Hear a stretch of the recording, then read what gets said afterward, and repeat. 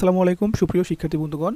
এখন আমরা সপ্তম শ্রেণীর ইতিহাস ও সামাজিক বিজ্ঞান বিষয়ের বার্ষিক পরীক্ষায় এনসিটিবি কর্তৃক নির্দেশিত যে প্রশ্নপত্রটি দিয়েছে সেটি আমরা সমাধান করব।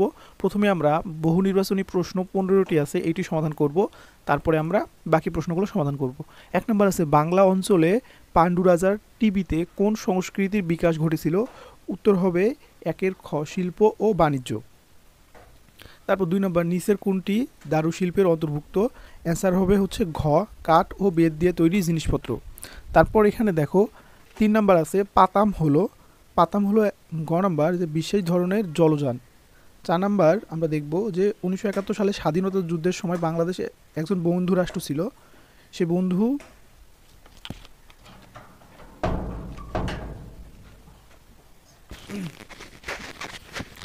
4 নম্বর 1971 সালে স্বাধীনতা যুদ্ধের সময় বাংলাদেশের একজন প্রকৃত বন্ধু ছিল, সেই বন্ধুটির নাম হচ্ছে সাইমন রিং।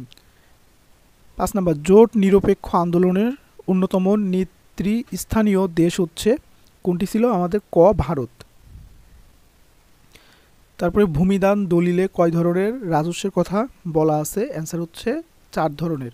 তারপর আমরা এখানে প্রেক্ষাপটটা পড়ে আমাদের 7 নম্বর প্রশ্নের উত্তর দিতে হবে। ইতিহাস ও সামাজিক বিজ্ঞান ক্লাসে সাফিনা আপা শিক্ষার্থীদের বাংলা অঞ্চলের প্রথম মুদ্রা নিয়ে আলোচনা করেছিলেন। তিনি বলেছিলেন বাংলায় উত্তর পশ্চিম অংশের বিশেষ ধরনের মুদ্রা ছিল যা কড়ি হিসাব থেকে এসেছে। এখন দেখো প্রেক্ষাপটে সাফিনা আপার বর্ণিত মুদ্রা কোনটি?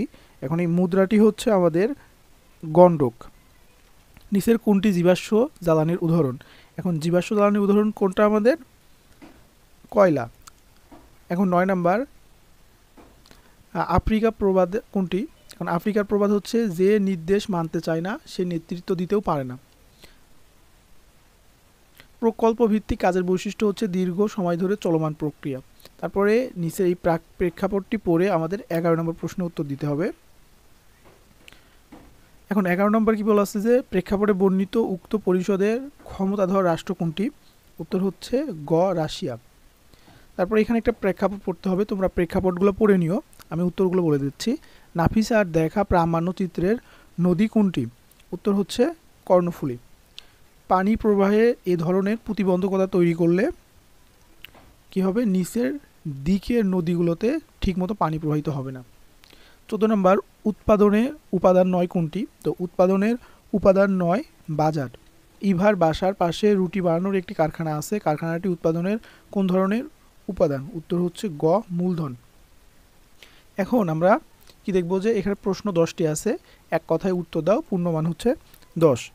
তো এখানে বলা আছে যে বাংলাদেশের জাতীয় সংসদের মোট আসন সংখ্যা কতটি? 350টি। তারপরে রুশ বিপ্লবে সংগঠিত হয়েছিল কত সালে? রুশ বিপ্লব সংগঠিত হয়েছিল 1971 সালে। ওকে।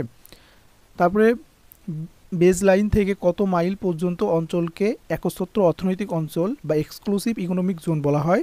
এখানে হচ্ছে 200 নটিক্যাল মাইল পর্যন্ত। কত বছর বয়স হলে একজন বাঙালি নাগরিক ভোট দিতে পারে? সে বয়সটা কত? 18 বছর। ওকে। জর্জ হ্যারিসন কোন দেশের গায়ক ছিলেন? জর্জ হ্যারিসন ছিল ব্রিটিশ গায়ক। বাংলাদেশের রাষ্ট্রপতি নির্বাচনে কে বা কারা ভোটদান করে? সকল সংসদ সদস্যরা ভোট প্রদান করে। এডওয়ার্ড কেনেডি কে ছিলেন? তো এডওয়ার্ড কেনেডি একজন মার্কিন সিনেটর ছিলেন। গণপ্রজাতন্ত্রী বাংলাদেশ সংবিধান কত তারিখ থেকে কার্যকর হয়? তো কার্যকর হয় 16 ডিসেম্বর 1972 সাল থেকে। সতীদাহ বা সহমরণ প্রথা বন্ধে উদ্যোগ গ্রহণ কে করেন? উদ্যোগ করেন রাজা রামমোহন রায়। উৎপাদনের উপাদান কয়টি? 4টি। তো দেখো এইখানে মূলত আমাদের প্রশ্নের অ্যান্সারগুলো দেয়া আছে। তো এইখানে আমাদের যে 10টা প্রশ্ন ছিল সেই 10টা প্রশ্নের উত্তর আমরা এইখানে লিখে দিয়েছি, তোমরা দেখে নিবা। তারপরে আমাদের এখানে সংক্ষিপ্ত প্রশ্ন আছে 10টি, প্রত্যেকটি প্রশ্নের উত্তর মান হচ্ছে 2, 10টা প্রশ্নের মান হচ্ছে কত? 20 নাম্বার। তো প্রশ্নগুলো তোমরা দেখে নাও। তারপরে ক বিভাগ রচনামূলক প্রেক্ষাপটবিহীন, এখানে 3টা প্রশ্ন আছে, প্রত্যেকটি প্রশ্নের মান হচ্ছে 5 করে, তাহলে 3 5 15, পূর্ণমান 15। খ বিভাগ হচ্ছে রচনামূলক এবং এগুলো প্রেক্ষাপট নির্ভর, অর্থাৎ উদ্দীপক পড়ে আমাদের প্রশ্নের অ্যান্সার দিতে হবে। তো প্রশ্নগুলো তোমরা একটু দেখে নাও।